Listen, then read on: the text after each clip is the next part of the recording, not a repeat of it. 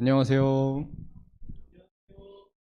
저희 사도신경 하시면서 청년부 예배 시작하도록 하겠습니다. 나는 전능하신 아버지 하나님, 천지의 창조주를 믿습니다. 나는 그의 유일하신 아들, 우리 주 예수 그리스도를 믿습니다. 그는 성령으로 잉태되어 동정녀 마리아에게서 나시고 본디오 빌라도에게 고난을 받아 십자가에 못 박혀 죽으시고 장사된 지 사흘 만에 죽은 자 가운데서 다시 살아나셨으며 하늘에 오르시어 전능하신 아버지 하나님 우편에 앉아 계시다가 거기로부터 살아있는 자와 죽은 자를 심판하러 오십니다. 나는 성령을 믿으며 거룩한 공교회와 성도의 교제와 죄를 용서받는 것과 몸의 부활과 영생을 믿습니다. 아멘.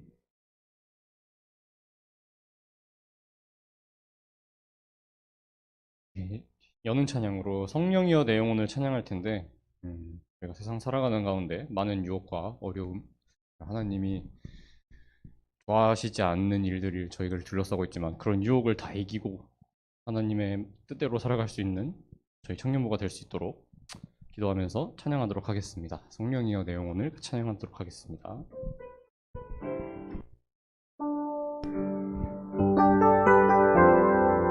성령이여 내 영혼을, 성령이여 내 영혼을 충만케 하소서. 내 속에 강물이 넘쳐나게. 성령이여 내 영혼을, 성령이여 내 영혼을 충만케 하소서. 내 속에 강물이 넘쳐나게. 오 성령 하나님, 오 성령 하나님, 날 다시 새롭게 하소서. 채우소서, 채우소서. 내 영혼이 세상 유혹 다 이기고 다시 주를 닮아가도록. 채우소서 내 영혼이, 채우소서. 내 영혼이 세상 유혹 다 이기고 오직 주만 나타내도록. 성령이여 내 영혼을, 성령이여 내 영혼을 충만케 하소서. 내 속에 강물이 넘쳐나게. 성령이여 내 영혼을, 성령이여 내 영혼을 충만케 하소서. 내 속에 강물이 넘쳐나게. 오 성령 하나님, 날 다시 새롭게 하소서. 채우소서. 내 영혼이 세상 유혹 다 이기고 다시 주를 닮아가도록. 채우소서 내 영혼이, 채우소서. 내 영혼이 세상 유혹 다 이기고 다시 주만 나타내도록. 아멘. 이어서 온 마음 다해 예배합니다. 이어서 찬양 드리도록 하겠습니다.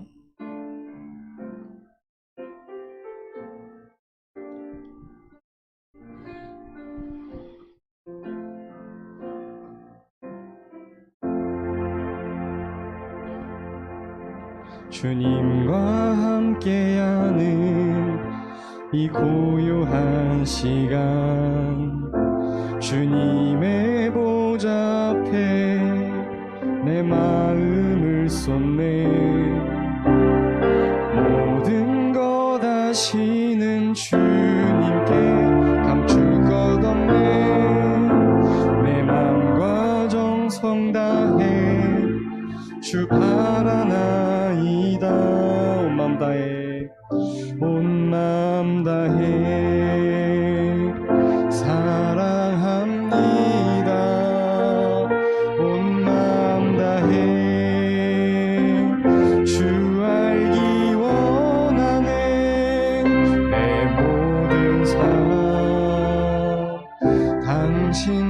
오시니 주만 섬기리 온 마음 다해 나 염려하잖아도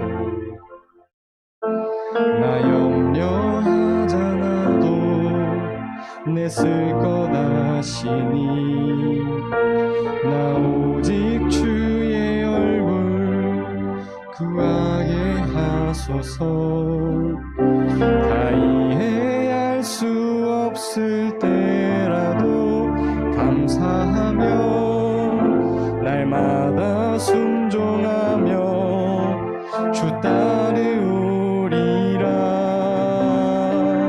온 마음 다해 사랑합니다 온 마음 다해 주 알기 원하네 내 모든 삶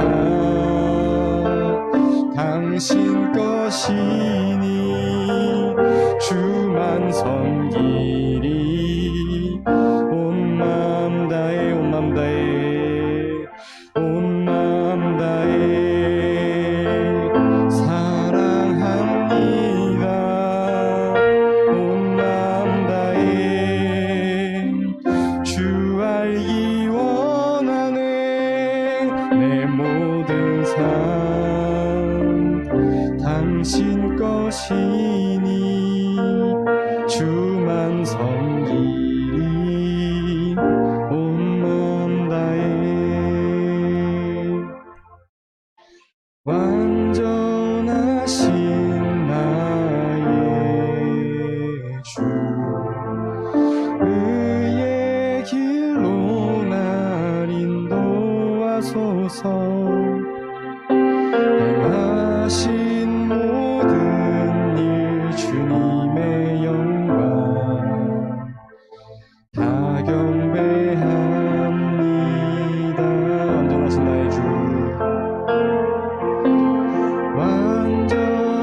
완전하신 나의 주 의의 길로 날 인도하소서 행하신 모든 일 주님의 영광 다 경배합니다 예배합니다 찬양합니다 주님만 날 다스리소서 예배합니다 찬양합니다 주님 홀로 높임 받으소서 다시 완전하신 나의 주 완전하신 나의 주 의의 길로 날 인도하소서 행하신 모든 일 주님의 영광 다 경배합니다 예배합니다 찬양합니다 주님만 날 다스리소서 예배합니다 찬양합니다 주님 홀로 높임 받으소서 예배합니다 예배합니다 찬양합니다 주님만 날 다스리소서 예배합니다 찬양합니다 주님 홀로 높임 받으소서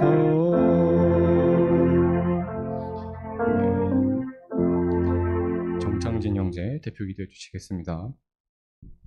기도하겠습니다. 하나님 아버지 감사합니다. 예배당에 모인 청년들도, 예배당에 모이지 못한 청년들도, 그리고 영상으로 예배드리는 청년들도 모두 기억해 주시고 한 주간 주님의 뜻대로 살아갈 수 있는 청년들이 될 수 있도록 해주세요. 아직 코로나 상황이 확실하게 좋아지지 않고 있습니다. 마음 편히 일상생활을 즐긴 지도 1년이 넘어가고 있습니다. 다들 이러한 상황 속에서도 주님을 잃지 않고 주님과 함께 할 수 있도록 붙잡아 주세요. 목사님 설교 말씀하실 때 집중할 수 있도록 도와주시고 한 주 동안 살아가는데 주님의 말씀을 양식으로 쓸 수 있도록 도와주세요. 예수님 이름으로 기도했습니다. 아멘.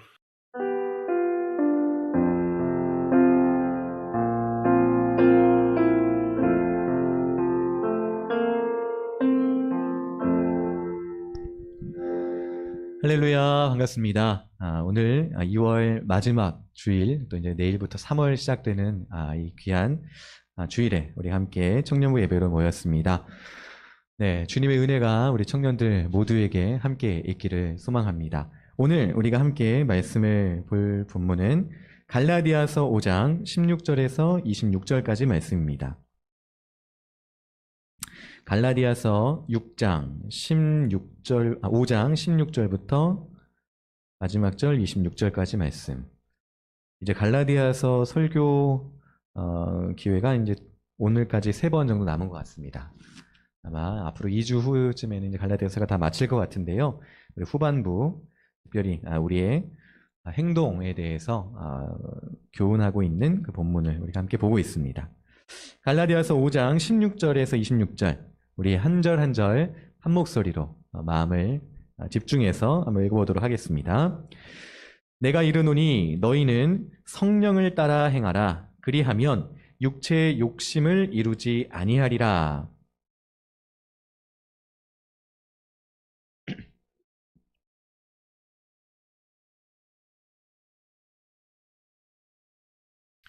너희가 만일 성령의 인도하시는 바가 되면 율법 아래에 있지 아니하리라.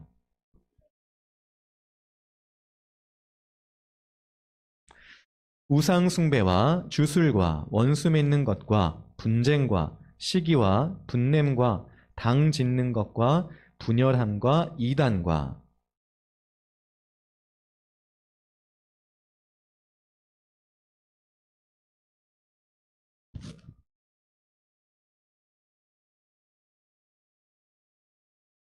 오직 성령의 열매는 사랑과 희락과 화평과 오래 참음과 자비와 양선과 충성과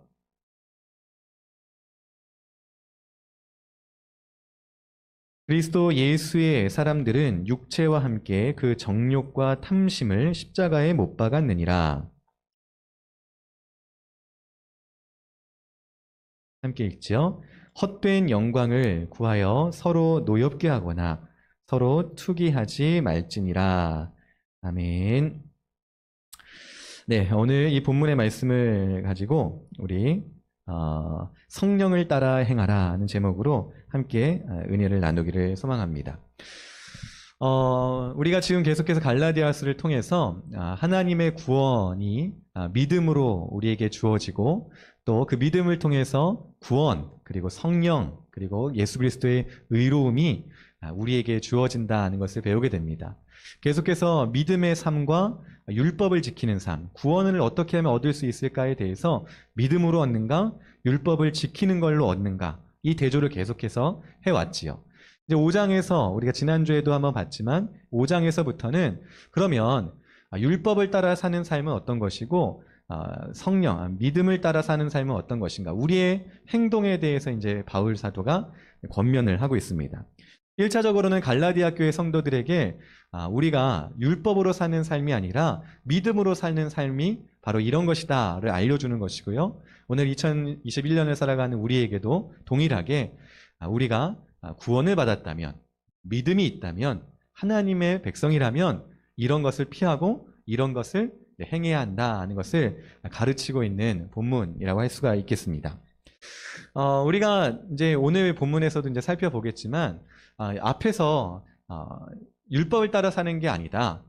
그것이 구원을 얻게 하는 것이 아니라 우리가 믿음으로 구원을 얻는다라고 배워왔지만 여러분 어떻습니까? 우리가 아는 것과 실제로 행하는 것에 대해서 괴리가 많이 있을 때가 있는 것이죠.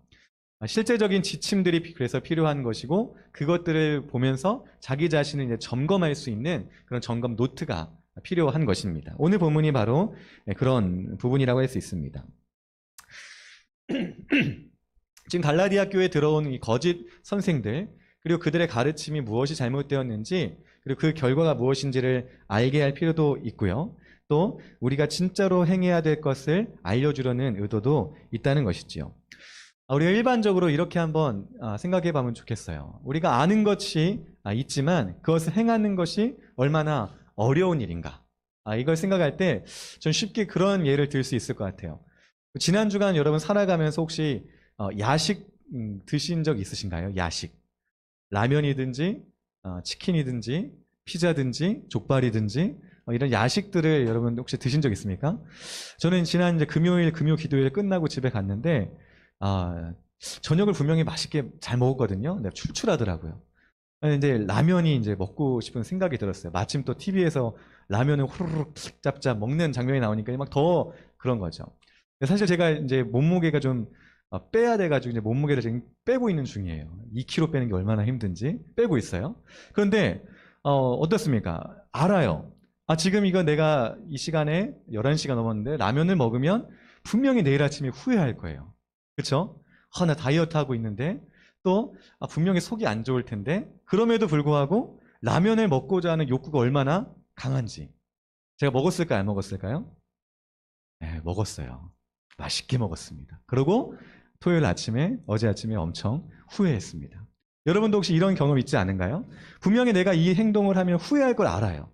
그리고 때로는 이 행동이 잘못된 건지 알아요. 하지만 그것을 이길 수 있는 힘이 의지가 약할 때를 많이 느끼게 되고 실제로 알면서도 범하게 되는 이런 우리들의 모습을 보게 되는 것이죠. 얼마나 아는 것을 실제로 행동하는 것이 어려운가. 지키려고 하는 것이 또 그것을 고수하려고 하는 것이 꾸준하게 하는 것이 얼마나 어려운가.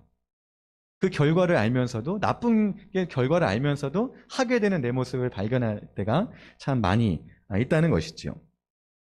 우리 죄도 마찬가지라는 겁니다. 우리 죄도 분명히 이것이 잘못된 행동이라는 것을 알고 하지 말아야 된다는 것을 알지만 그것들을 버리고 그것들을 하지 않고 이 옳은 길을 가는 것이 힘든 일이라는 사실이지요.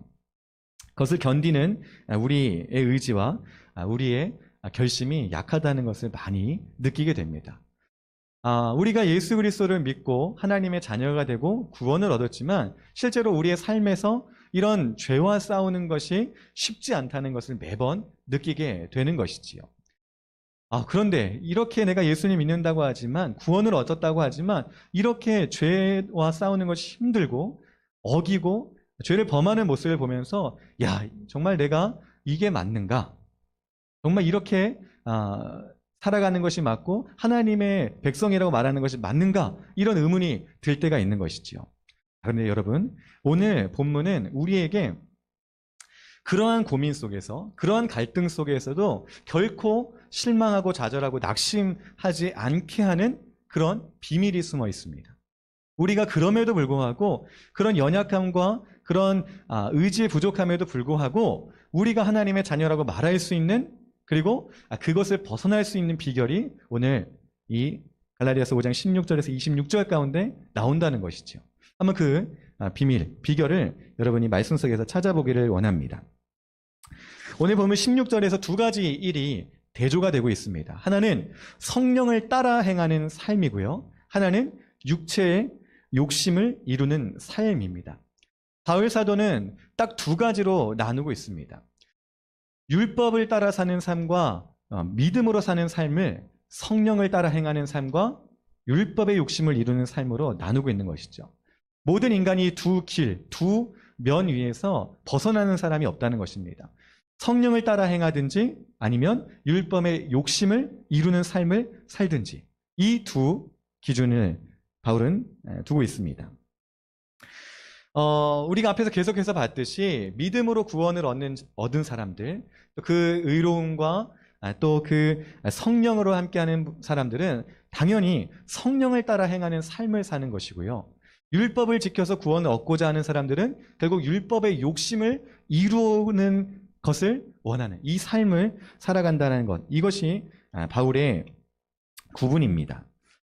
17절에 보니까 이 두 가지 일은 서로 대적한다라고 말하고 있어요. 서로 미워한다는 거예요. 서로 싫어하고 어떻게 하면 이 지금 사람을 내 편으로 끌어올까 서로 끊임없이 노력한다는 것입니다. 대적한다는 말은 또 다르게 표현하면 두 가지를 다 같이 갖기가 어렵다는 거예요. 성령을 따라 행하는 삶을 가지고 있지만 육체의 욕심을 또 이루고 싶어. 이러면서 이제 발을 계속 들여놓을 수가 없는 것이고, 나는 육체의 욕심을 이루면서도 성령을 따라 행하고 싶어. 이렇게 발을 서로 하기가 어렵다는 거예요. 왜? 서로 대적하기 때문에, 서로 영향권을 늘려가려고 하기 때문에 어쨌든 그 한쪽 편에 속하게 된다는 것입니다. 이 성령을 따라 행하는 삶과 육체의 욕심을 이루는 삶이 대적하기 때문에 우리는 여기서 한 가지 교훈을 발견할 수 있어요. 지금 내가 말씀에 비추어서 자기 자신을 봤을 때 성령을 따라 행하는 삶을 살고 있는가, 아니면 육체의 욕심을 이루는 삶을 살고 있는가, 이제 뒤에 나오는 그런 이제 여러 가지 항목들이 나오는데, 이것에 비추어서 내가 지금 어디에 속한 사람인구나를 알 수 있는 그런 기준점이 될 수 있다는 것이죠. 끊임없이 사람들 안에서 서로 대적을 하며 서로 원하는 것을 못하게 하려고 노력하고 있습니다. 사실 우리 그리스도인들이 이런 싸움의 최전선에 있는 사람들입니다. 하나님을 알지 못하고 하나님의 그 성령님을 따르는 삶을 살지 않는다면 이런 대적이 있을 필요가 없는 것이죠. 왜냐하면 하나님의 구원이 없다면 결국 육체의 욕심을 이루는 삶을 살아갈 수밖에 없기 때문에 결국 그 영향권 안에서 끝까지 가기 때문에 대적할 일이 없습니다. 하지만 우리가 최전선에 있다는 것은 우리는 분명히 믿음으로 구원을 얻고 우리 안에 그 믿음을 통해서 성령이 함께 하시는데, 계속해서 우리의 연약함, 또 우리 안에 있는 죄는 자기의 영향권으로 우리를 끌고 가려고 노력하고 있다는 것입니다. 물론 승리는 우리에게 분명히 마지막 승리는 있을 것이지만 여전히 우리에게 그 죄의 영향력이 미치려고 하는, 대적하려고 하는 싸움이 있기 때문에 그 최전선에서 우리는 살아가고 있다는 것이지요. 그래서 오늘 우리가 우리 자신을 봤을 때 내게 성령을 따라 사는 삶의 모습이 있는가, 육체의 욕심을 따라 사는 모습이 있는가를 살펴봄으로써 자기 자신이 어디에 있는지 보고 우리가 바르게 돌아가야 할 길을 찾아갈 수 있다는 것입니다. 먼저 그 결론을 한번 잠깐 내리면 좋겠어요. 육체를 따라 사는 삶의 결론이 무엇인가, 이것을 먼저 좀 보고 넘어가면 좋겠습니다. 육체를 따라 사는 삶의 결말은 오늘 본문 말씀 21절 뒷부분에 보면 이렇게 말하고 있습니다. 이런 일들을 하는 자들은 하나님의 나라를 유업으로 받지 못할 것이요. 하나님의 나라를 유업으로, 유산으로, 그것을 자기의 소유로 얻을 수 없다는 것이지요. 결국 육체를 따라 살아가는 삶, 육체의 욕심을 이루고자 하는 삶, 율법으로 구원을 얻고자 하는 삶은 하나님의 나라에 갈 수 없는, 그 문을 열 수 없는 그런 비참한 존재가 되는 것입니다. 갈라디아서와 같이 쌍둥이라고 볼 수 있는 이 로마서에도 이 비슷한 목록들이 나오고 그 결말을 말해주는데요. 로마서 8장 6절에는 육신의 생각은 사망이요 영의 생각은 생명과 평안이라 하고 말하고 있습니다. 결국 육체의 욕심을 이루고자 하는 그 끝은 영원한 죽음밖에 없다는 것입니다. 죽고 그냥 아무런 무의식의 세계로 가는 것이 아니라 우리가 예수 그리스도께서 그렇게 누누이 말씀하셨듯이 영원한 지옥에서 이를 갈며 고통하는 삶만이 이 육신의 생각을 가진 사람들의 결말이라는 것이죠. 우리가 그 엄중함을 가지고 오늘 무엇이 육체의 욕심을 이루는 삶인지, 성령을 따라 사는 삶인지 이것을 보면 좋겠어요. 18절입니다. 성령의 인도하심을 받은 사람들은 율법 아래 있지 않다. 계속해서 갈라디아 교회 성도들을 유혹하고 또 그들 안에서 거짓 가르침을 가르치던 선생들은 율법을 지키는 것으로 구원을 얻을 수 있다라고 계속 말했어요. 실제로 갈라디아 교회 성도들 중에서 많은 수가 그것에 귀를 기울이고 그래, 우리가 예수 그리스도를 믿지만 율법도 지켜야지. 유대인들 봐봐, 그렇게 하고 있잖아. 역사 속에서 그렇게 계속 해왔잖아. 저 선생들이 우리에게 좋은 말을 해주는구나. 귀가 솔깃해서 그들을 막 따라가고 있었습니다. 하지만 바울은 분명하게도 처음부터 전했던 대로 우리가 성령, 믿음을 통해서 구원을 얻는다면 성령님이 우리와 이제 함께 해주시는데, 그 성령님이 함께 해주시는 것은 더 이상 율법의 저주와 율법의 짐에서 무겁게 살아가는 것이 아니라 자유로운 삶을, 그리스도 안에서 최고의 자유를 누리는 삶으로 살 수 있다고 말했어요.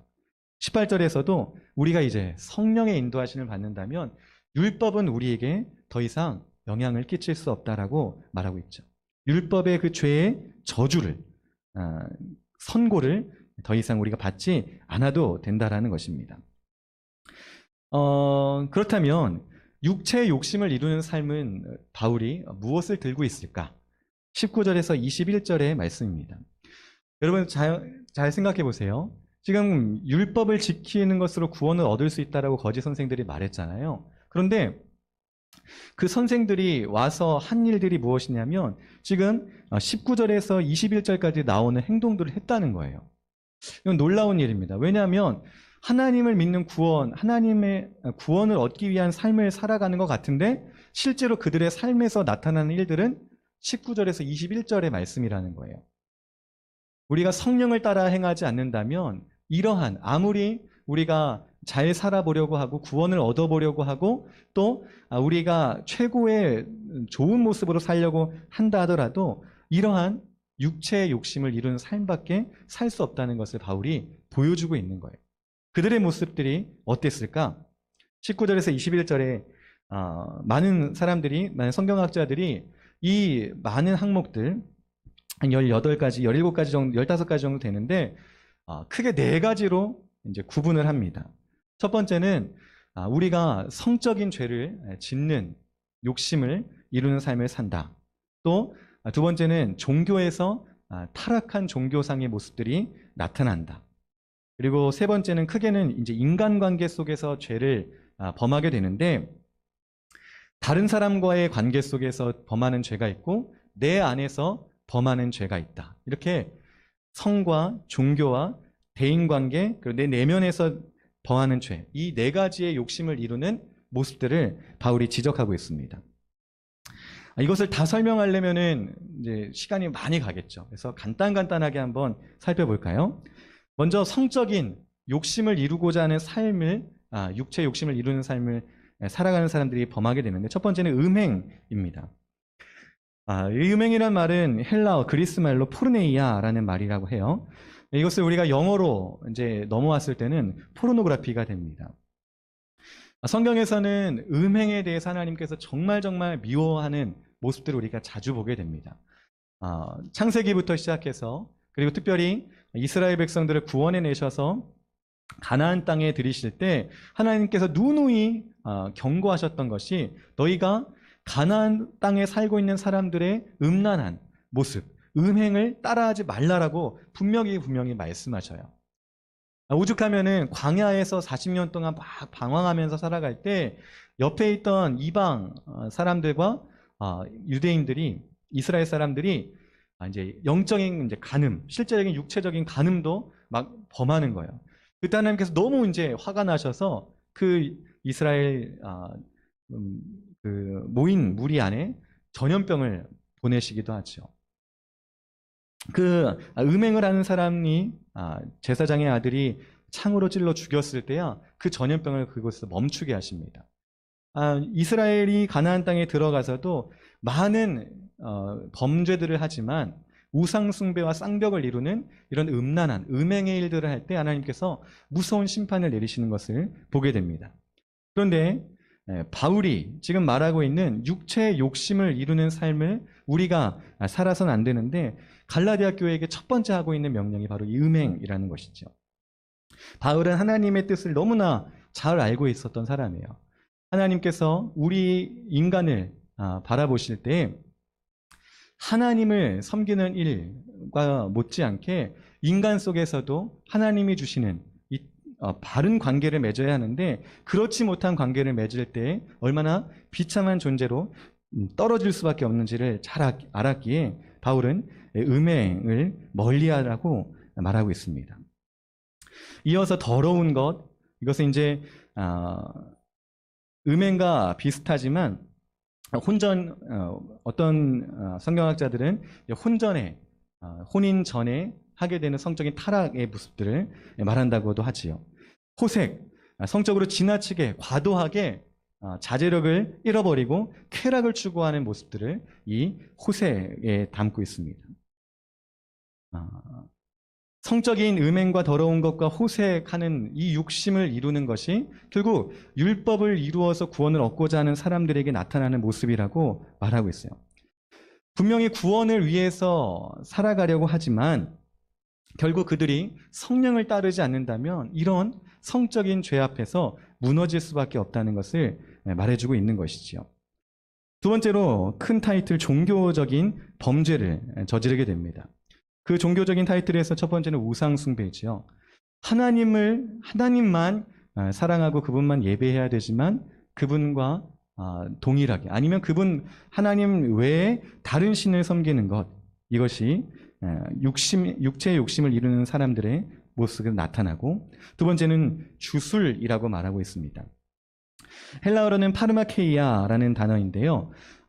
영어를 공부하신 분은 알겠지만 파마시라는 단어가 있습니다. 뭐 약국이라는 말, 약품이라는 말, 약학이라는 이제 번역으로 이제 쓰이기도 하는데, 고대로부터 바울 당시에도 이제 신전 같은 데서 이런 제의, 그러니까 이런 제사랑 이런 의식들을 치를 때 어떻게 되면 신을 이제 만나야 되잖아요. 그 사람들 입장에서는 신을 만나야 되는데 그 신을 만나기 위해서 이런 마약 성분이 담긴 그런 이제 약품들을 사용한 거예요. 그런 거를 표현할 때 이제 파르마케이아라는 단어를 사용했고, 그것이 이제 영어로 오면서 파마시라는 단어가 됐다고 해요. 신과 소통을 위해서 약에 취하는 행동, 이것을 이제 이 주술이라는 단어가 품고 있습니다. 오늘날에도 우리가 하나님을 믿으면서 이런 하나님 외에 다른 신과 소통하기 위한, 또 아니면 하나님의 뜻 외에 다른 길을 찾아보려고 하는, 다른 영험한 힘을 의지해 보려고 하는 일들이 많이 있지 않습니까? 그런 모든 것들이 결국 육체의 욕심을 이루는 삶 안에 들어있다는 것입니다. 연초가 이제 지났지만, 그리고 이제 이 코로나 때문에 어렵긴 했지만 오히려 더 흥한 일들이 있다고 해요. 인터넷으로 사주를 보는 일, 그리고 전화로 사주를 하는 일이 더 예전보다 더 늘었다고 해요. 예전에는 뭐 이제 무당을 찾아가서 점을 보기도 하고 신년 운세를 점치기도 했는데, 이제 그런 대면이 어려우니까 오히려 이제 온라인, 비대면 이런 게 이제 흥한다고 합니다. 우리도 뭐 재미로 뭐 신문에, 요즘 신문 안 보시죠? 예전 신문 많이 봤는데, 신문에 이제 오늘의 운세, 동쪽으로 가라, 서쪽에서 귀인이 나타날 것이다, 이런 거를 되게 귀 담아서 듣는 사람도 있어요. 제가 예전에 우리 열린문교회 말고 저는 다른 교회 사역할 때 주일마다 그걸 가져오는 친구가 있었어요. 가져와가지고, 목사님, 오늘 동쪽에서 좋은 사람을 만난대요. 어떡하죠? 가야 되나요? 뭐 이런 걸 주일마다 말하는 친구가 하나 있었어요. 상당히 마음이 어려웠습니다.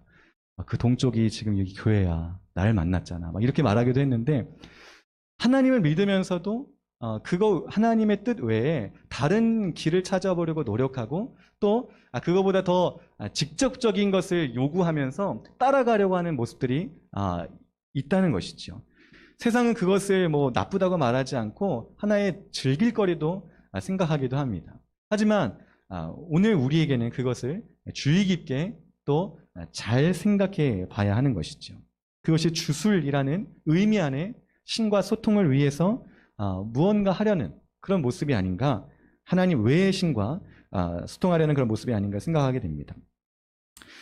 이어서 인간관계 속에서 나타나는 육체의 욕심들이 있습니다. 먼저는 원수 맺음, 분쟁, 시기, 분냄, 당짓는 것, 분열함, 여기까지를 보통은 이제 다른 사람과의 관계 속에서 육체의 욕심을 이루는 모습으로 표현하기도 합니다. 우리가 살아가면서 원수를 맺는 일이 얼마나 많습니까? 드러나게 원수 맺진 않지만 내가 다시는 저 사람하고 말하나 봐라. 상종하나 봐라. 다시는 길에서 안 만났으면 좋겠다. 같은 부서에서 같은 공간에서 이야기하지 않았으면 좋겠다. 이런 생각들을 얼마나 많이 하죠. 그래서 싸우기도 하고 시기하기도 하고 그것 때문에 막 분이 일어나서 어쩔 줄 모르기도 하고 서로 끼리끼리 뭉쳐서 다른 쪽을 험담하기도 하고 결국 그 모인 쪽에서도 갈라져서 뿔뿔이 흩어지는 모습들을 우리는 세상에서 많이 보게 됩니다. 육체의 욕심을 이루고자 하는 삶, 육체의 욕심을 따라 사는 삶, 바로 이런 모습들이 있다는 것이죠. 그런 대외적인 관계 속에서만이 아니라 내 안에서도 육체의 욕심을 이루는 삶들이 나타나게 되는데 이단, 투기, 술 취함, 방탕함, 또 그와 같은 것들이라고 바울이 말하고 있습니다. 내 안에서 이단, 비슷한 것 같지만 그 끝이 다른 이단, 하나님을 믿는 것 같지만 결국 그 안에 성경에서 또 하나님께서 말씀하신 그 뜻에서 벗어나 비신앙적인 모습을 가지고 있는 것이 내 안에 있지 않았는지, 내 안에서 하나님이 주신 것보다 더 넘치게 욕심을 내므로 시기와 질투가 일어나질 않는지, 술 취함과 방탕함 같은 그러한 절제하지 못하는 그런 모습들이 내 안에 있진 않은지 우리는 살펴보게 되는 것이지요. 율법의 명령 아래 사는 사람들의 모습이 바로 이와 같다는 것입니다. 율법의 행위를 하고자 하는 자들은 결국 이러한 죄의 목들 앞에서 율법의 정죄를 도리어 받는 사람들이 된다는 것입니다. 아이러니한 것이죠. 내가 율법을 이루어서 구원을 얻고자 원하지만 결국 그 율법은 이러한 죄가 나에게 있다. 너 음행이 있지 않느냐? 더러운 것이 있지 않느냐? 너 우상 숭배를 하지 않느냐? 주술을 사용하지 않느냐? 원수 맺고 분열하고 투기하고 술 취하고 방탕한 모습들이 내 안에 있다라고 우리를 율법이 정죄한다는 것입니다. 구속받지 못한, 구원받지 못한 사람들의 모습이 바로 이런 성과 종교와 인간관계 속에서 죄를 짓는 삶을 살 수밖에 없다는 것이지요. 자, 그런데 그렇다면 구원받은 자들의 모습은 다른가? 오늘 내게도 시기함이 있고 질투가 있고 또 원수 맺는 것이 있고 분쟁하는 것이 있는데 그럼 세상 사람들과 다를 것이 무엇인가? 오늘 이 말씀 속에서 숨겨져 있는 하나의 단어가 있는데요. 이런 일을 하는 자는 하나님의 나라를 유업으로 받지 못할 것이다 하는 말 속에 담겨 있습니다. 이런 일을 하는 자라는 이 말 속에 지속적으로 이런 일을 하는 사람들, 습관적으로 이런 일을 하는 사람들, 결코 거기서 벗어날 생각을 하지 않는 사람들, 이러한 이러한 의미가 이런 일들을 하는 자 안에 포함이 되어 있다는 것입니다. 시제로 포함이 되어 있고 단어 자체에도 그런 의미가 담겨 있어요. 지속적으로 습관적으로 이런 일들을 하고도 회개하지 않고 돌아오지 않는 사람들은 결국 하나님의 나라를 유업으로 받지 못한다라고 말하고 있는 것이에요. 세상 사람들과 우리가 다른 것, 하나님을 알지 못하는 사람들과 하나님을 아는 우리와 다른 점이 바로 여기에 있다는 것입니다. 물론 우리도 때로는 원수를 맺고 때로는 분을 내기도 하고 당을 짓기도 하고 투기하기도 하고 절제를 못하는 우리의 모습들도 있다는 것입니다. 하지만 우리의 다른 점은 무엇이냐면 그런 일들을 지속적으로 습관적으로 또 거기서 돌아오고자 하지 않는 모습이 아니라 오늘 이렇게 말씀을 보면서 그래, 내가 이런 죄를 짓는 죄인이지, 내가 이런 유혹과 이런 시험에 강하게 서 있지 못하고 때론 넘어질 수밖에 없고 유혹을 받는 사람인지 이걸 아는 것, 그리고 그러한 나의 비참함을 알고 주님께서 나를 도와주셔야 합니다. 나를 온전한 길로 돌이키십시오라고 하는 이 회개가 있는 차이가 세상 사람들과 다른 점이라는 사실이지요.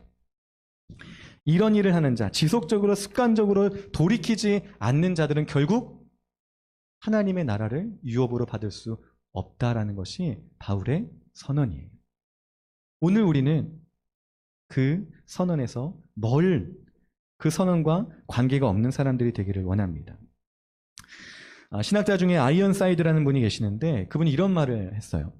새 한 마리가 내 머리 위로 날아가는 것은 내가 막지 못한다. 그렇죠? 내 머리 위로 참새가 날아가고 까치가 날아가는 것은 막을 수가 없어요.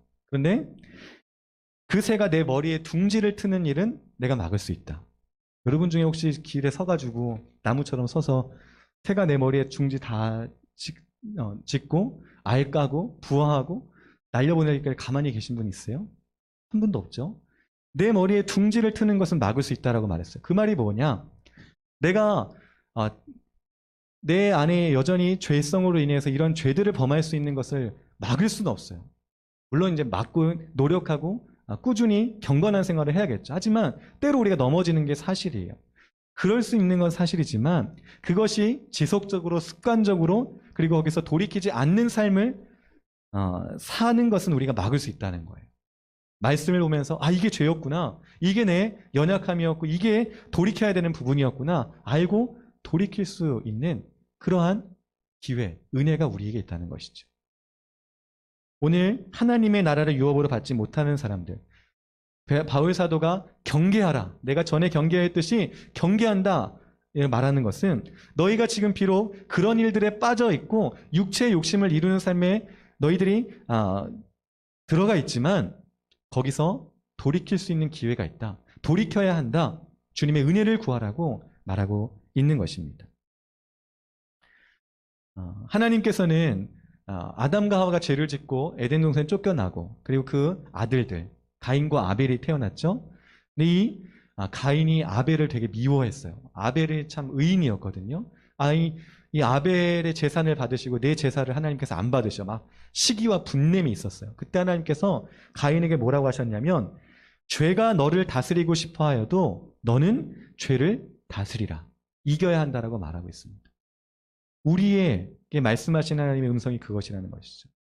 우리가 여전히 연약해서 이런 육체의 욕심을 이루는 삶에 발을 들여놓을 수 있고 빠질 수 있지만 지속적으로 습관적으로 가지 말고 죄를 다스리고 그 반대로 하나님이 원하시는 모습으로 우리가 돌아올 것을 오늘도 명령하고 계시다는 사실입니다. 자, 그렇다면 이런 육체의 욕심을 이루는 삶 말고 하나님이 원하시는 삶이 무엇인가? 어떻게 사는 것이 어떠한 모습들이 그분이 원하시는 뜻인가가 22절과 23절에 나오고 있습니다. 사랑, 희락, 화평, 오래 참음, 자비, 양선, 충성, 온유, 절제. 이런 9가지의 항목들을 성령의 열매라는 항목으로 제시하고 있어요. 이것도 역시 하나하나 따지면 너무 시간이 오래 걸리겠죠. 사랑, 간단하게 보면 사랑은 이제 아가페, 우리가 많이 들어본 단어일 겁니다. 아가페, 사랑 중에서도 가장 고결한, 숭고한 사랑을 쓸 때 이 아가페라는 단어를 사용하기도 하는데요. 하나님과 또 이 하나님께서 만드신 사람들을 사랑하는 그 사랑함이 이 사랑에 담겨 있습니다. 희락, 약속에 근거한 기쁨, 구원을 얻었음을 확신함 속에서 얻어지는 그 기쁨을 말하고요. 화평 역시 이 구원을 확신함에서 오는 평온함, 어떤 것도 흔들 수 없는 상황을 넘어서는 평온함. 오래 참음은 말 그대로 인내하는 것을 말하고요. 자비, 자상한 배려하는 것, 다른 사람에게 대하여 배려하는 것. 양선, 그래서 이제 도덕적이고 영적인 훌륭함을 말할 때 양선이란 말을 씁니다. 또 충성, 신뢰할 만한 사람이라는 것이죠. 온유, 내가 불쾌하다고 해서 보복하거나 복수하는 것이 아니라 순종하고 겸손하게 행하는 것을 말하고. 절제, 내가 그렇게 하고자 하는 열정과 마음이 있지만 그것을 자제하면서 자기를 낮추는 것을 말합니다. 이 같은 것을 금지할 법, 율법이 이것을 금지할 수 없다. 이것은 성령께서 우리에게 원하시고 우리에게 행하게 하시는 것이기 때문이라고 바울이 말하고 있습니다. 결국 하나님 나라의 유업을 가진 자들은 이런 열매들이 9가지의 열매들을 가진 사람들이라고 바울이 제시하는 것이죠. 예수님께서 이 땅에 계실 때 자기 자신을 몇 가지로 이렇게 비유하셨는데 그 중에 하나가 이제 포도나무로 자신을 비유하신 적이 있어요. 나는 포도나무요 너희는 가지니. 예수님께서 포도나무시고 우리는 거기에 붙어 있는 이제 가지라고 표현을 하셨어요. 그 가지가 해야 될 일은 좋은 열매를 맺는 일이죠. 만약 그 가지에 좋은 열매가 맺히지 않는다면 찍어 내버리라. 불에 태울 것이라고 또 말씀하셨어요. 그 말씀과 이어서 오늘 이 갈라디아서 5장 22절 23절에서는 그 가지가 맺어야 될 열매들의 모습이 어떠한가 9가지로 표현하고 있는 것이죠. 먼저는 이 열매들이 딱 하나의 관사에 이렇게 다 포함되어 있다는 것이 좀 특이할 만합니다. 그 말은 무엇이냐면 우리가 성령을 따라 행할 때 영현이는 사랑의 열매를 많이 맺어. 하지만 충성이나 온유는 없어. 이렇게 할 수가 없고 우리 지은이 같은 경우는 나는 다른 사람들에 대한 자상한 배려가 있어. 자비가 있지만 난 좀 절제가 좀 안 되는 것 같아. 이렇게 말할 수가 없다는 거예요. 왜냐하면 하나의 관사에 다 연결되어 있다는 것은 성령을 따라 행하는 삶은 이 9가지 열매가 모두 맺히는 사람들이라는 거예요. 그렇다고 해서 나 이거 열매 없는데 이 열매 없는데 어떡하지?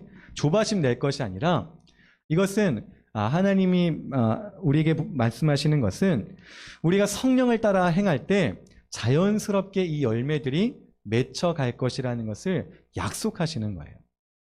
비록 지금은 더 큰 열매가 있을 수가 있겠죠. 지금은 이 열매가 작을 수도 있겠죠. 하지만 성령을 따라 행하다 보면 이 9가지 열매가 고르게 우리 안에서 맺혀가고 풍성해진다는 것을 의미하는 것입니다. 난 이거 해야지, 난 이 열매 맺어야지가 아니라 성령을 따라 행하면 9가지 열매가 모두 다 내 안에서 맺히게 된다고 약속하시는구나, 이렇게 생각해야 된다는 거예요. 두 번째는 이 열매들이 하나같이 어떻습니까? 이 열매들이 하나같이 어떤 다른 사람과의 관계 속에서 나타나는 열매들이에요. 눈에 보일 수 있는 열매들이라는 게 특징이 있습니다. 내가 믿음이 있다고 해서, 내가 구원이 있다고 해서 내 안에서 찾아보는 열매들만이 아니라 다른 사람과의 관계 속에서 이 열매들을 찾을 수 있다는 거예요.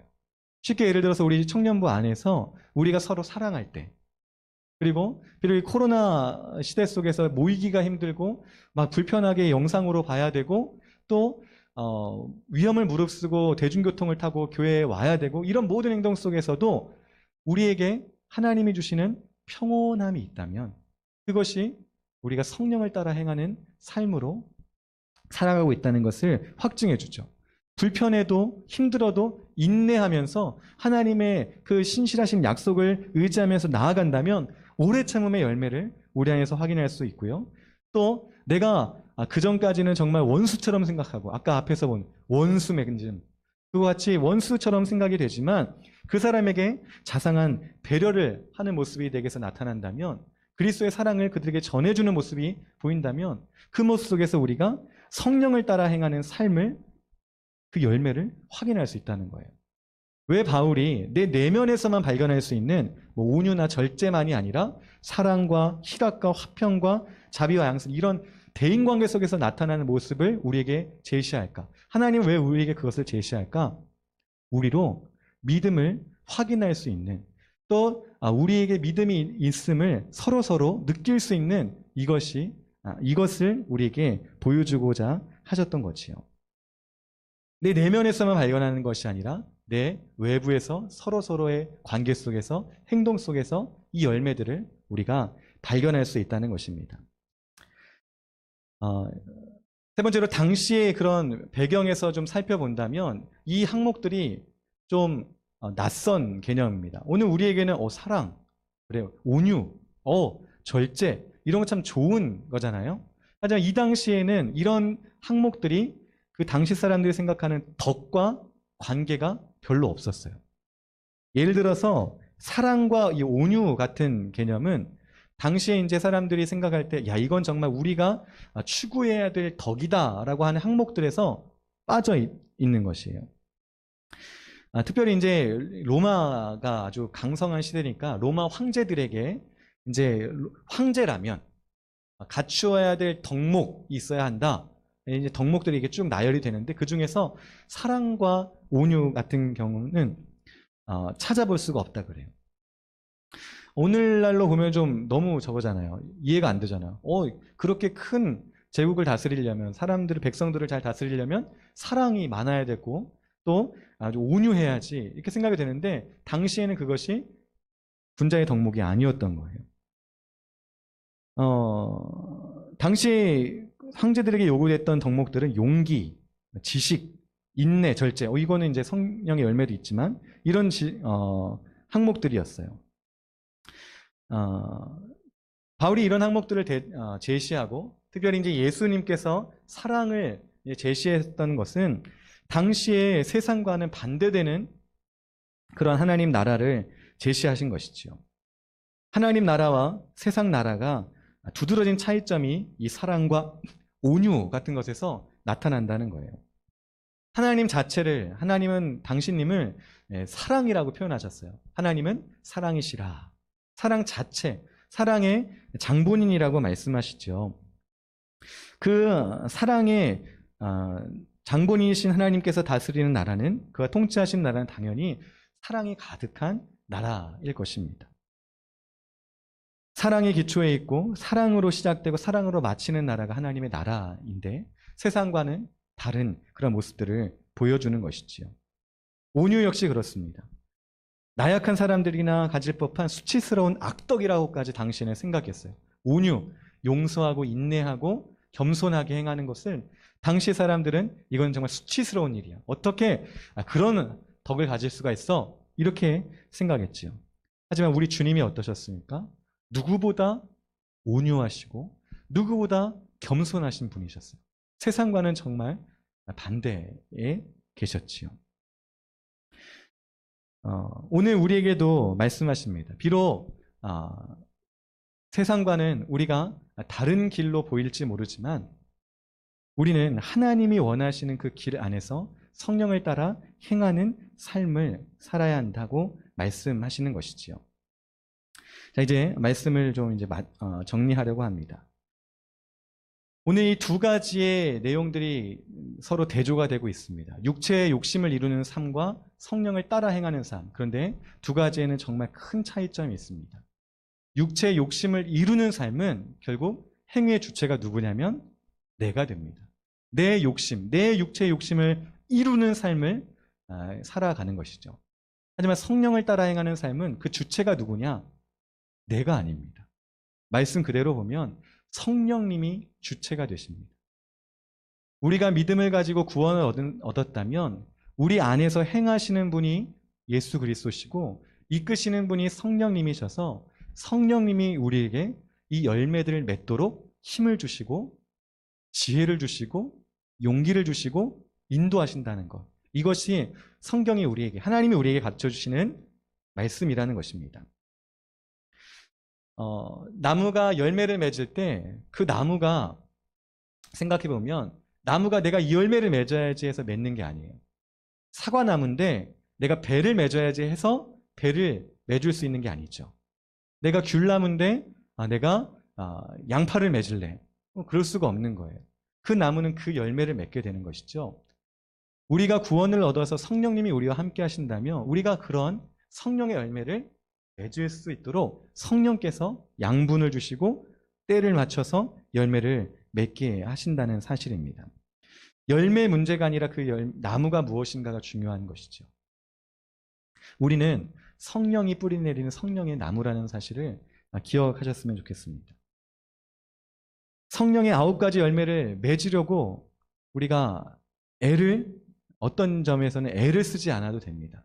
왜냐하면 우리 안에 성령님이 계시기에 그분을 따라 행하면 열매가 자연스럽게 맺히기 때문이죠. 열매를 맺으려고 애쓰는 것에 우리가 집중하기보다는 내가 어떤 나무인가를 기억하고 그 나무로서 양분을 주시는 분을 의지하는 것이 우리에게 더 중요하다는 사실입니다. 좋은 나무가 되는 것을 우리가 원하고 그렇게 되기 위해서 성령을 따르는 삶을 살아야 하는 것입니다. 결국 24절, 25절, 26절에 바울은 말합니다. 우리 예수 그리스도의 사람들은 모든 정욕과 탐심을 십자가에 이미 못 박은 사람들이다. 육체의 욕심을 위해서 사는 사람들이 아니라 이제 성령을 따라 사는 삶이라고 말하고 있죠. 성령으로 살면 성령으로 행할 것이다. 너희가 구원을 받았다면 구원받은 자로서의 합당한 삶을 살게 될 것이라고 말하고 있습니다. 금지하고 있는 마지막 26절에 보면 너희가 헛된 영광을 구하지 말고 그 영광을 구함으로 서로 노엽게 하고 서로 투기하지 말고 성령을 따라 행하는 삶 속에서 내 자신 안에서 그리고 우리가 거한 그 관계들 속에서 귀한 하나님의 열매들을 맺어가라고 말하고 있습니다. 사랑하는 우리 열린문교회 청년 여러분, 우리에게 이런 열매들이 풍성히 맺히기를 소망합니다. 지금 내 모습이 어떠하든지 그거는 크게 중요하지 않습니다. 왜냐하면 정말 우리가 성령을 따라 살길 원하고 성령을 따라 행하길 원하면 그분께서 우리에게 길과 또 열매들을 자연스럽게 맺히게 해주시기 때문입니다. 오늘 오전에 유치부 설교가 그 본문이었어요. 예수님께 승천하시면서 너희에게 성령이 오실 것을 내가 약속하겠다고 올라가셨어요. 그리고 제자들이 유대인들이 박해할 것을 두려워하면서 모여 기도할 때 성령님이 그들 가운데 임하셨습니다. 그 전까지 두려워하고 숨고 또 자기 자신을 낮추어 봤던 이 제자들이 문을 박차고 나가서 더 이상 두려워하지 않고 당당히 그 예루살렘에 모인 많은 사람들에게 하나님의 복음을 담대히 전하는 자들이 되었어요. 비록 그 뒤에도 감옥에 갇히고 매를 맞고 결국 죽음에 이르기까지 됐지만 성령을 따라 행함으로 많은 이들에게 그 복된 소식을 전하는 하나님의 놀라운 일꾼들이 되었다는 사실이지요. 오늘 우리에게도 이런 은혜가 있기를 원합니다. 여러분이 예수 그리스도를 믿고 그분을 나의 구세주로 고백하십니까? 그렇다면 성령님이 여러분과 함께 하십니다. 그리고 그 성령님께서는 그냥 우리를 어린아이와 같이 머물러 있는 게 아니라 시간이 지나면서 우리에게 그 열매들을 맺어가게 하신다는 사실이죠. 성령의 9가지 열매, 사랑과 희락과 화평과 오래 참음과 자비와 양성과 충성과 온유와 절제의 열매들이 오늘 우리 열린문교회 청년들에게 풍성하게 맺히기를 간절히 소망합니다. 함께 기도하겠습니다. 사랑과 은혜가 풍성하신 아버지 하나님, 오늘 그리스도 예수 안에서 우리의 모든 탐심을, 우리의 모든 정욕을 십자가에 못 박은 자들로 우리가 새롭게 살게 하시니 감사를 드립니다. 결국 하나님을 떠나는 사람들, 하나님을 떠나 구원을 얻으려고 하는 자들은 육체의 욕심 속에서 그 모든 멸망의 길로 가게 됩니다. 하지만 오늘 우리를 주의 말씀 앞에 세우시고 성령을 약속하셔서 귀한 열매들을 맺고 하나님의 나라를 유업으로 받게 하시니 감사를 드립니다. 오늘 그 사실을 믿고 확신함으로 우리 모든 열린문교회 청년들 그 머리 위에 하나님께서 크신 은혜를 베푸시고 또 영원히 평온함과 또 크신 기쁨이 있게 하여 주시옵소서. 3월이 시작되고 또 이렇게 새롭게 시작되는 한 주 가운데 하나님께서 크신 은혜 베푸시며 귀한 열매들을 허락하실 줄 믿고 감사드리며 우리 주 예수 그리스도의 이름으로 기도하옵나이다. 아멘. 함께 찬양하며 예물 드리겠습니다. 완전하신 나의 주 예배합니다. 찬양하면 좋겠어요.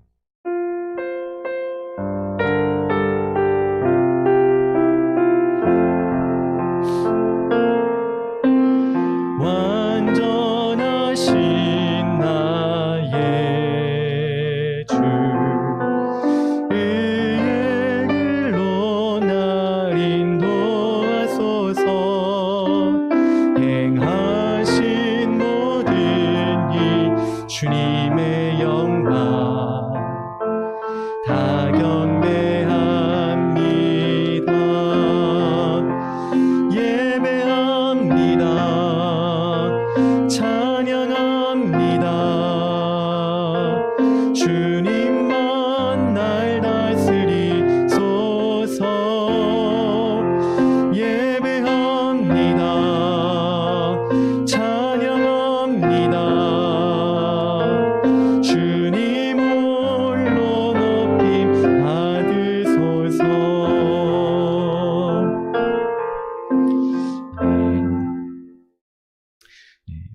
영혼 기도하고 강국선함으로 예배 마치겠습니다.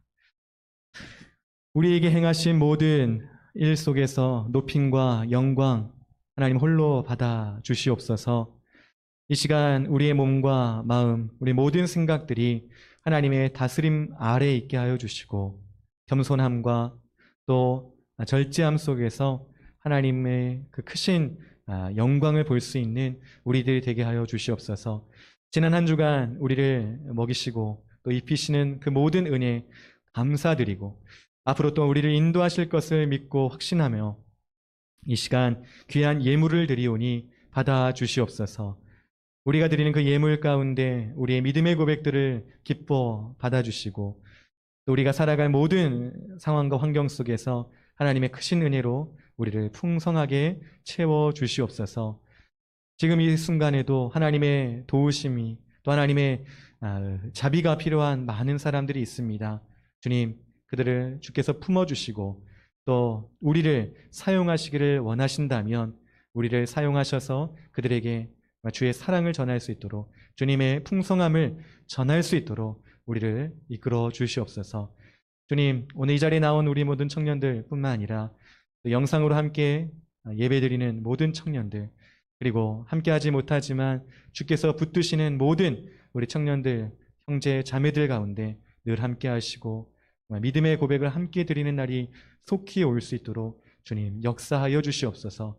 주께서 우리 모든 감사의 고백을 받으실 줄 믿고 감사드리며 지금은 우리 구주 예수 그리스도의 은혜와 하나님 아버지의 놀라우신 사랑하심과 성령님의 감동하시고 교통하시는 역사가 오늘 육체의 욕심을 따라 사는 삶을 버리고 성령을 따라 살아가려고 하는 우리 모든 청년들 머리머리 위에 이제로부터 영원토록 함께 계실지어다. 아멘.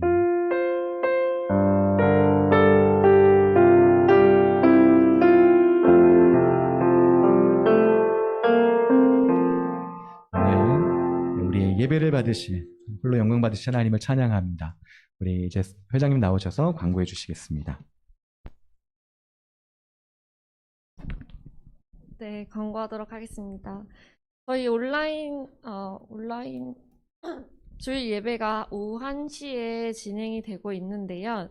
두 번째 광고 보시면은 저희가 원래는 대면 예배로 예배를 전환하라고 했지만 현실적으로 지금 나오지 못하는 청년들이 있어가지고 그런 청년에게만 링크를 보내드리고 있는데요. 다음 주부터는 저희가 오늘 한 열 몇 분한테 링크를 보내드렸는데 실제로 이 시간에 예배를 참여하고 계신 청년들이 한 4분? 5분밖에 안 되기 때문에 저희 청년부에서는 또 여러분들이 예배 시간을 잘 지킬 수 있도록 함께 도와드려야 되는 책임도 있기 때문에 다음 주부터는 줌으로 실시간으로 함께 참여하실 수 있도록 하고 줌으로 참여하시는 분들은 화면을 끄지 않고 이제 실제로 자기가 예배 드리는 그 예배 모습도 저희가 뭐 보는 건 아니지만 예배 시간을 잘 지킬 수 있도록 줌으로 실시간으로 함께 참여하는 소통으로 바꾸도록 하겠습니다. 그래서 다음 주부터는 그 전에 저희가 이번 주에 알려드리겠지만 줌을 다시 깔아주시거나 아니 원래 있으시면 가지고 계시면 저희가 링크를 보내드려서 실시간으로 함께 참여해 주시면 될 것 같고요. 4번 먼저 말씀드리면은 청년부의 근황과 기도 제목을 저희 임원단이나 목사님께 알려주시면은 함께 기도하도록 하겠고요. 벌써 2월이 지나고 3월이 되었기 때문에 이제 개강하는 청년들도 있고 또 직장 생활하는 청년들, 인턴하는 친구들 이렇게 많이 있는데 기도 제목 알려주시면 기도하겠습니다. 제가 알고 있는 기도 제목 가장 큰 것은 이번 주 토요일에 유택 오빠가 또 큰 시험이 있기 때문에 기억나실 때마다 함께 기도해 주시고 응원해 주시면 감사하겠습니다. 가장 중요한 게 오늘 3번 광고인데요. 저희가 이제 3월부터는 청년부가 온라인 소모임을 진행하게 됩니다. 저희가 1년 정도 원래 어성경 읽기를 하기로 하고 책을 다 샀지만 결국에 지금 못하고 1년째 소모임을 안 했는데요. 저희가 이제 올해 3월부터는 저희 청년부가 이렇게 온라인 소모임을 하도록 하게 되었습니다. 그래서 저희가 한 일주일 동안 계속 투표도 해달라고 했는데요. 이 큐티는 화요일이 토요일이나 목요일 9시쯤에 날짜는 한 번 더 확정을 짓는 그 투표해주신 분들께 연락을 드릴 예정이고 30분 정도 온라인으로 목사님과 저희 청년부 한 10명 정도 함께 할 예정입니다. 그래서 제가 세어보니까 9번 정도 저희가 3월, 4월에는 만날 수 있더라고요. 그래서 9번 다 참여해주시는 청년들에게는 저희 이번 단에서 또 상품이나 이런 것들을 좀 해드릴 예정이고, 제가 큐티를 저희가 제 기준으로 청년부 오기 전에 중고등부 때 청소년 매일 성경을 저희 교회도 했었거든요. 그래서 아마 지금 올해 저희 청년부 사람들도 다 큐티를 했던 기억을 가지고 계실 것 같은데, 큐티가 이제 개인의 경건 시간을 위해 하나님과 1대1로 대화하고 기도하고 말씀을 묵상하는 시간이라고 알고 있지만, 제가 또 찾아보니까 큐티에 3요소가 있는데 묵상, 적용, 나눔이라고 합니다. 그래서 큐티를 한다 함은 나만의 조용한 시간을 통해 성경 말씀을 깊이 묵상하고 그 묵상한 것들을 내 삶에 적용함으로써 삶의 변화와 성숙을 이룬다까지가 개인적으로 하셔야 되는 내용이에요. 그래서 이 큐티 책을 드렸고 저희가 일주일에 한 번만 만나지만 나머지 6일, 7일 동안 매일의 성경은 여러분들이 개인의 성장과 또 하나님 말씀을 듣는 시간을 가지시고 화요일에 만날 때 저희가 자신이 느낀 그런 영적인 은혜나 아니면 또 궁금증, 성경 말씀을 통해서 저희가 다 모르기 때문에 목사님이 계시는 거고 그래서 함께 하는 거기 때문에 그 공동체를 세우는 그 화요일의 모임에도 적극적으로 참여해 주셨으면 좋겠습니다. 그래서 여기 보면은 마지막으로 말씀드릴 게 이렇게 날짜 캘린더가 있거든요. 그래서 이거는 4월 끝날 때쯤에 자기가 매일매일 한 날짜를 표시해서 목사님께 전달해 주시면 또 얼만큼 잘 했고 또 도움이 필요한지 이런 것들을 저희가 이 큐티 책으로 함께 할 수 있을 것 같습니다. 그래서 올해 처음 시작하는데 저도 큐티가 혼자 이제 저희가 임원단은 2월에 먼저 했는데 힘들더라고요. 혼자 하기가. 그래서 여러분들도 함께 한다는 그 기쁨을 누리실 수 있으면 좋겠습니다. 혹시 또 광고가 있을까요? 없으신가요? 네, 그럼 오늘 예배 마치도록 하겠습니다. 감사합니다.